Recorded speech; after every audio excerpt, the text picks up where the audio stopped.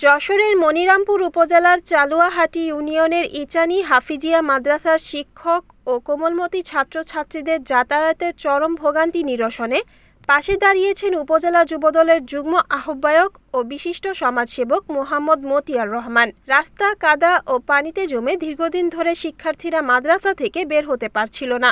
শিক্ষার্থীদের এই দুর্দশার কথা জানতে পেরে বুধবার তিনি সম্পূর্ণ নিজস্ব অর্থায়নে রাস্তাটি সংস্কার করে চলাচলের উপযোগী করে দেন। স্থানীয় সূত্রে জানা যায়, দীর্ঘদিন ধরে কোনো সংস্কার না হওয়ায় ইচানী হাফিজিয়া মাদ্রাসার সামনের প্রধান রাস্তাটি একটু বৃষ্টিতেই কর্দমাক্ত হয়ে পড়ে। ফলে প্রতিদিন মাদ্রাসায় যাতায়াত করতে গিয়ে শিক্ষার্থী ও শিক্ষকদের মারাত্মক ভোগান্তি পোহাতে হচ্ছিল। সম্প্রতি বৃষ্টির কারণে কাদার তীব্রতা এতটাই বেড়ে যায় যে ছাত্রছাত্রীদের পক্ষে মাদ্রাসার বাইরে বের হওয়া প্রায় অসম্ভব হয়ে পড়ে।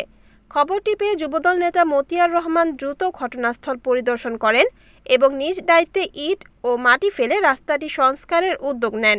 রাস্তা সংস্কার কাজ তদারকিকালে মতিয়ার রহমান বলেন, কোমলমতি শিশুরা দিনী শিক্ষার জন্য মাদ্রাসায় আসে, কিন্তু কাদা পানিতে তাদের এই কষ্টের দৃশ্য সত্যি হৃদয় বিদারক।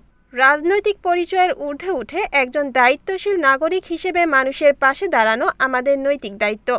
শিক্ষার্থীদের এই কষ্ট লাঘব করতে পেরে আমার খুব ভালো লাগছে। আগামীতেও এ এলাকার যে কোনো জনকল্যাণমূলক কাজে আমি সাধারণ মানুষের পাশে থাকব।